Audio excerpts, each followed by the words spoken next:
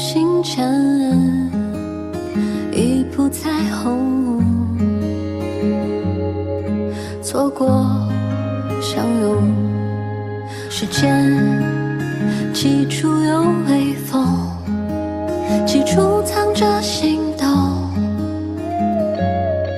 填谁的夢。好啦，嚟到最後一集，我會一口氣帶你哋走過4個風格完全唔同，但又好代表雲南靈魂嘅地方，分別係洱海曉灣、昆明滇池、沙溪古鎮同最後一個壓軸點。呢一段行程好似將整趟雲南之旅慢慢收尾，由最浪漫嘅湖岸開始，經過最生活化嘅城市湖泊，再走返去最原始、最真實嘅古鎮節奏。第一站洱海灣，呢度唔係傳統景點，而係一種感覺。一段圓弧嘅 S 型公路配住藍到發光嘅洱海，風一吹，水面閃閃發光，令人自然慢落嚟。踩單車、散步、發呆、影相，全部都變得好合理。之後我哋來到昆明滇池，呢個係雲南最大嘅淡水湖之一。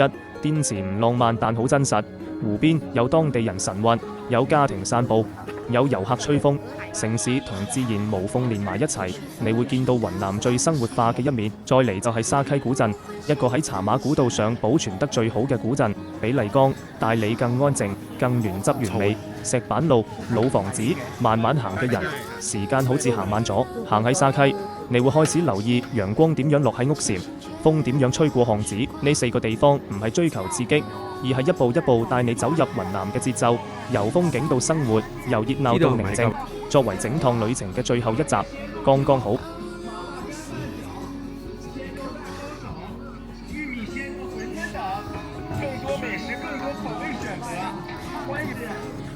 嚟到最後一集，我第一時間帶你哋衝去嘅就係洱海 S 灣。一落車嗰刻，真係會忍唔住深呼吸一下，因為空氣好清，面前就係一大片藍到發光嘅洱海。S 灣其實唔係一個圍起來嘅景區，而係一段自然形成嘅圓弧彎路，條路呈現 S 型，一邊係湖水，一邊係草地同遠山，畫面簡單但極之舒服。風吹過來，帶住湖水味道，唔會聲，只係清清涼涼，令人一秒慢落嚟。你會見到有人踩單車，有人慢慢行，有人直接坐喺路邊發呆，完全冇人趕時間。洱海 S 灣最吸引嘅地方就係佢唔逼你做任何事，你想影相就影，你想發呆就發呆，成個節奏好自由。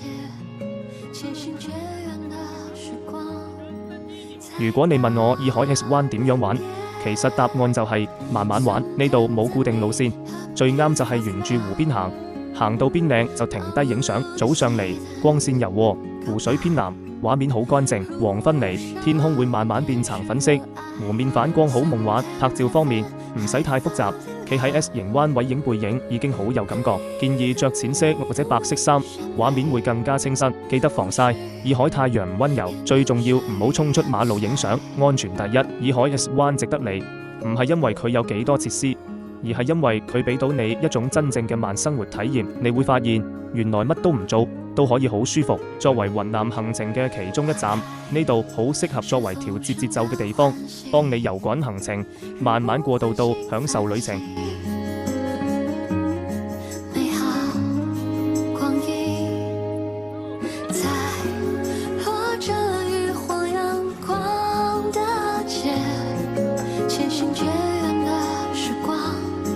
由大理一路來到昆明，風景真係突然換咗頻道。如果話洱海係文藝同浪漫，咁滇池就係生活同真實。一落車行到湖邊，第一感覺唔係震撼，而係舒服。湖面好闊，遠處可以見到城市建築，但又唔會壓迫，反而有種城市同自然和平共處嘅感覺。最驚喜嘅係，一抬頭就見到成群海鷗喺天上飛，完全唔怕人，有啲仲會低飛到你頭頂。湖邊已經聚集咗唔少人，有本地人，有遊客，大家手拎麵包，等緊海鷗飛埋嚟。嗰一刻你會發現，滇池唔係一個你要參觀嘅景點，而係一個你可以自然參與入去嘅地方。海鷗叫聲加埋湖水聲，氣氛好輕鬆，好似城市突然慢咗半拍。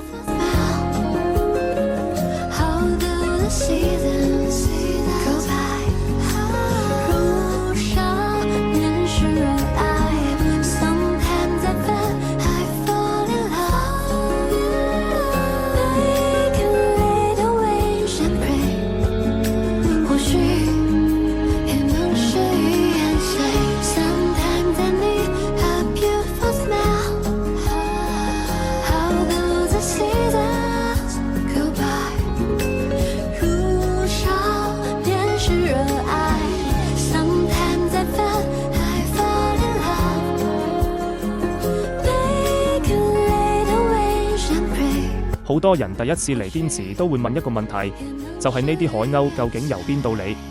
其實佢哋唔係昆明本地鳥，而係一班好遠嚟過冬嘅候鳥。每年大概由10月底到11月開始，當西伯利亞同蒙古一帶天氣開始轉冷，海鷗就會一路向南飛，跨過幾千公里，最後選擇喺昆明滇池停低過冬。原因好簡單，昆明氣候溫和，冬天唔會結冰，加上滇池水域廣闊，食物充足，非常適合海鷗生存。呢個遷徙習慣已經持續咗幾十年，對佢哋嚟講，昆明就好似一個固定嘅冬季度假屋。而滇池最常見嘅係紅嘴鷗，特徵就係白色身體、紅色嘴巴同腳，飛行能力好強，而且對人類好友善。經過多年保護同共存，佢哋已經習慣同人類近距離接觸，所以你會見到佢哋完全唔怕人，甚至會主動飛埋嚟。以前啲海鷗只會停喺湖面，而家已經學識咗喺欄杆、路燈甚至遊客附近停低，證明佢哋已經將滇池當成安全嘅地方。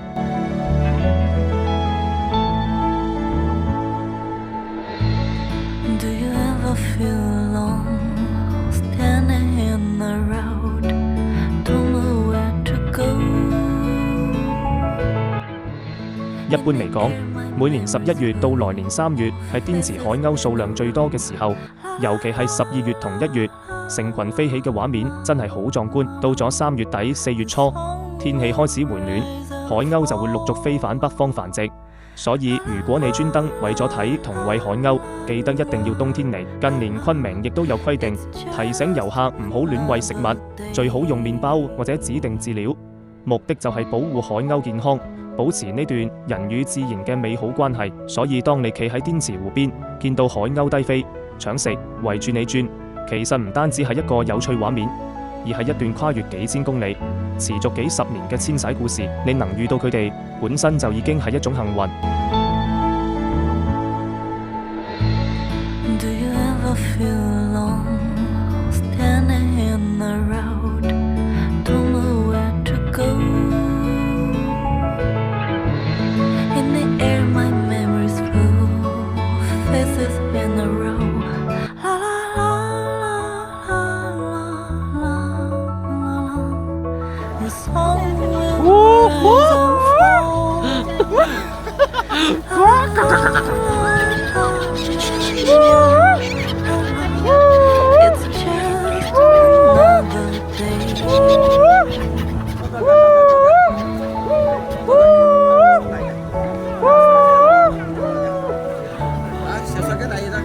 拍了，剛才。拍了。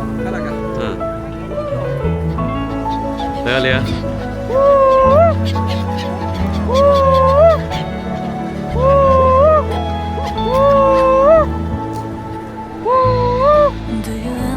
佢啲雀仔係咪好似嚟？佢飛過嚟，我係好似睇嗰樣嘢係咩嚟先食嘅。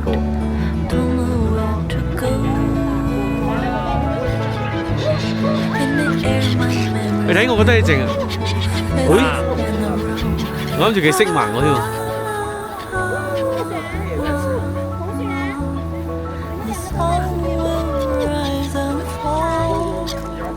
你喺度，我攞住。真正開始餵海鷗嗰陣，氣氛即刻唔同晒。只要你一拎起麵包，海鷗就好似識得你個動作。媽媽，你攞住，我幫你影完全唔客氣。有啲會停喺欄杆上，有啲直接凌空搶食。近到你可以清楚見到佢哋嘅眼睛同羽毛。第一次會有啲緊張，但好快就會變成興奮，忍唔住一直笑。現場好多小朋友叫到好開心，大人都放低手機，專心同海鷗互動。最有趣嘅係，有時你未掟，海鷗已經估到你動作，提前飛過嚟等。建議用細塊麵包，一來安全，二來可以玩耐啲。記得唔好掟太高，唔好嚇佢哋，保持尊重。呢個過程唔只係餵鳥，而係一種人與自然好近距離嘅接觸，完全冇隔閡，好真實。聽我評出嚟啊！聽我評出嚟。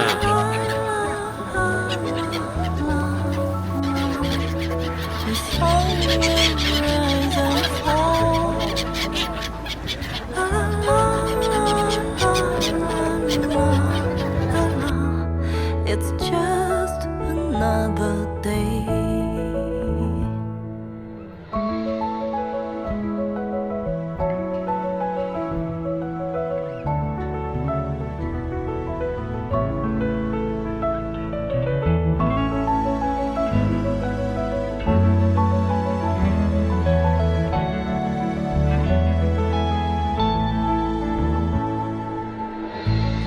Do you ever feel alone, standing in the road, don't know where to go? In the air my memories flow, faces in a row. La la la la la la la. The song will rise and fall. La la la la la. It's just another day.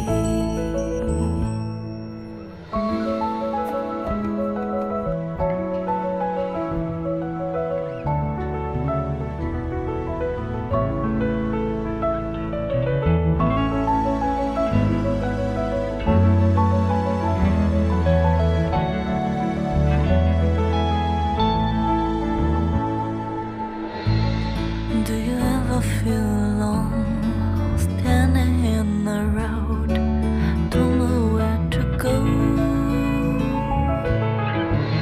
In the air my memories flow, faces in a row.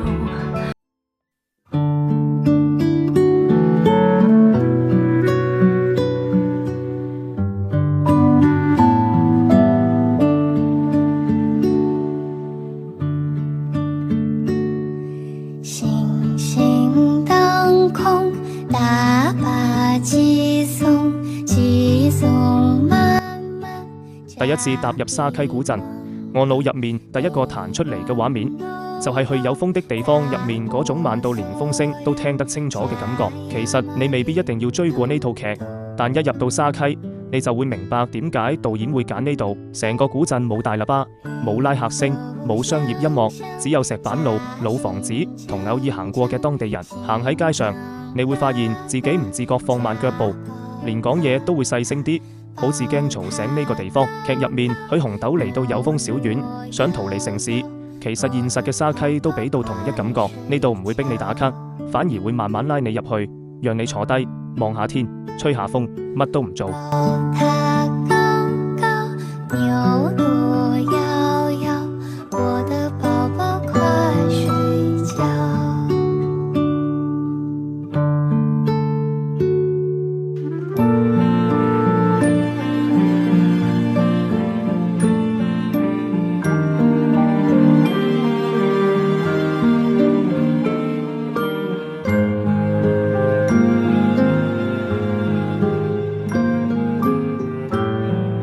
去有風的地方播出之後，好多人專登為咗套劇嚟沙溪，想揾返劇入面嗰份寧靜。其實劇中唔少場景就係喺沙溪古鎮真實街道同院落拍攝，你會見到熟悉嘅巷口、木門、石階，同劇入面幾乎冇分別。但最特別嘅係，現實沙溪並冇因為爆紅而變得吵鬧，商店數量唔多，咖啡店都係靜靜開，老闆唔會追住你消費，你坐低飲杯咖啡，可能隔離就係當地老人曬太陽。呢種畫面正正就係去有風的地方想表達嘅生活狀態。你會發現，原來劇唔係誇張，而係真實記錄。沙溪本身就係咁慢，只係以前少人知道。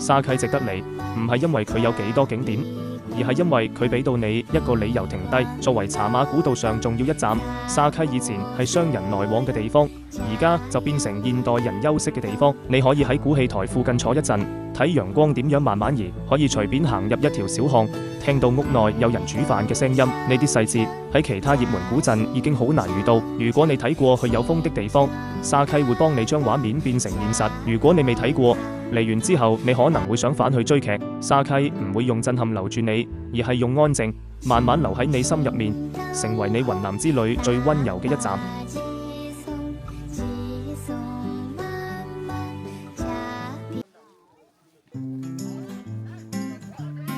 第一次真正行入石林景區，我先明白點解呢度會被叫做世界自然遺產。一入閘口，成個畫面即刻變晒，唔再係樹或者山，而係一支支巨大嘅石頭由地面直插上天，好似一片用石頭砌成嘅森林。石林位於昆明市石林彝族自治縣，距離市區大概90公里左右，車程約2個鐘。呢度形成歷史非常誇張，原來早喺2億7千萬年前，呢度仲係一片海洋。經過地殼運動同長年雨水侵蝕，慢慢將石灰岩雕刻成而家見到嘅形態。所以你而家行緊嘅，其實係一片石頭化石森林。石林最出名嘅就係大石林同小石林區換。第一次嚟建議先行大石林，因為最集中、最震撼。你會發現無論點影相，畫面都會好立體，隨便企都好有氣勢。啊，哇，幾個影好靚，呢個位，等下影下先。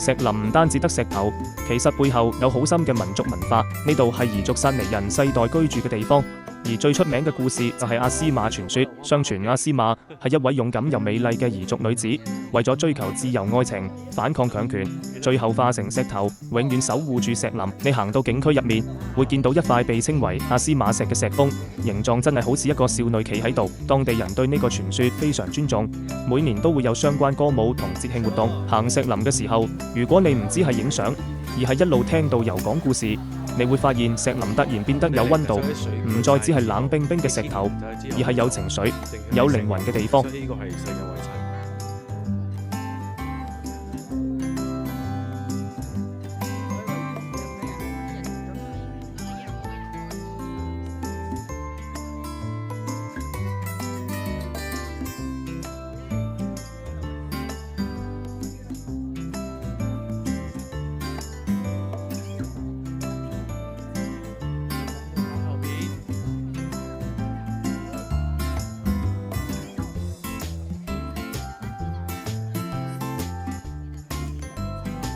真正行石林其實比想象中攰，因為路線複雜，好似行迷宮咁，石頭之間有好多窄路，有時一轉彎，畫面完全唔同。建議着防滑鞋，因為地面有時會濕。拍照方面，記得多試低角度向上影，可以突出石林高度。中午時間太陽比較猛，光線硬，但石頭陰影為多，反而唔算太曬。最有趣嘅係，你會不時聽到其他遊客驚呼，因為真係行幾步就一個新畫面，好似不斷開盲盒。行到後段會有少少疲憊，但當你企高位望返整片石林，你會覺得好值得。呢種地貌真係其他地方好難見到。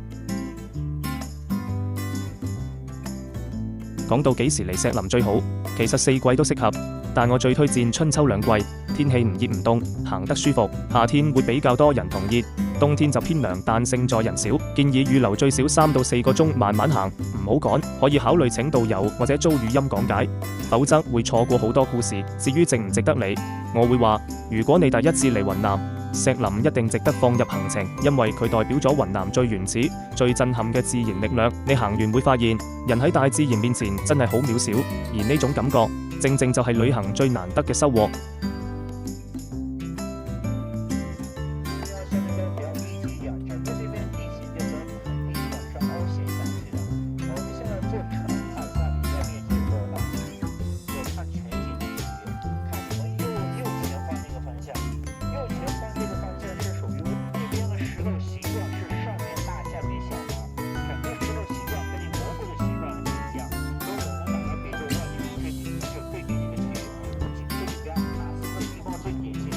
第一次行入石林，真係會即刻明白點解呢度會被列為世界自然遺產。一入到景區，眼前全部都係一支支又高又尖嘅石頭，由地下直衝上天，好似一片用石頭砌成嘅森林，完全同平時見到嘅山景唔同。石林位於昆明石林彝族自治縣，距離市區大概90公里，車程差唔多2個鐘。但一落車你就會覺得呢段路好值得。原來而家見到嘅森林，早喺2億幾千萬年前仲係一片海洋，經過地殼變化同長年雨水侵蝕，先慢慢形成今日咁誇張嘅地貌。所以你而家行緊嘅每一步，其實都係行喺地球歷史上，行喺石林入面，好似入咗迷宮咁，轉一個彎就係另一個畫面。有啲石頭像人，有啲似動物，全靠想像力。最特別嘅係，就算遊客多，石林依然有一種原始嘅力量感，會令你不自覺放慢腳步，抬頭望高啲。呢度唔止係影相打卡嘅地方，而係一個可以真正感受到大自然有幾強大嘅地方。行完你會由衷佩服，地球真係好犀利。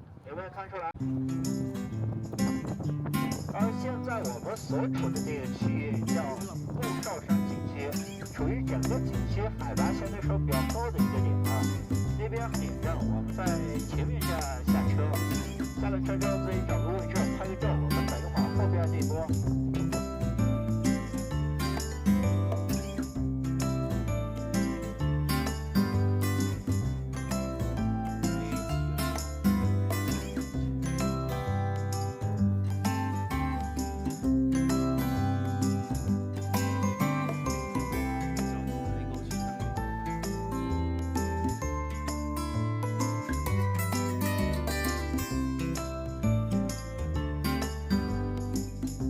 呢段旅程真係令我學到唔同嘅東西，例如在玉龍雪山頂望日照金山嘅瞬間，我明白到自然嘅力量有幾震撼。喺洱海 S 灣踩單車或者在滇池餵海鷗，我體會到慢下來同呼吸空氣、同自然互動嘅快樂。喺沙溪古鎮同去有風的地方入面景致呼應，我又感受到歷史同故事同現實交融嘅魅力。每一次按下快門，都唔單止係影景色，而係記錄我當刻嘅心情同感受。最重要嘅，我一定要衷心感謝萬文姐一路上嘅照顧，無論係安排住宿、行程、攝影，還是解決突發狀況，佢都好細心。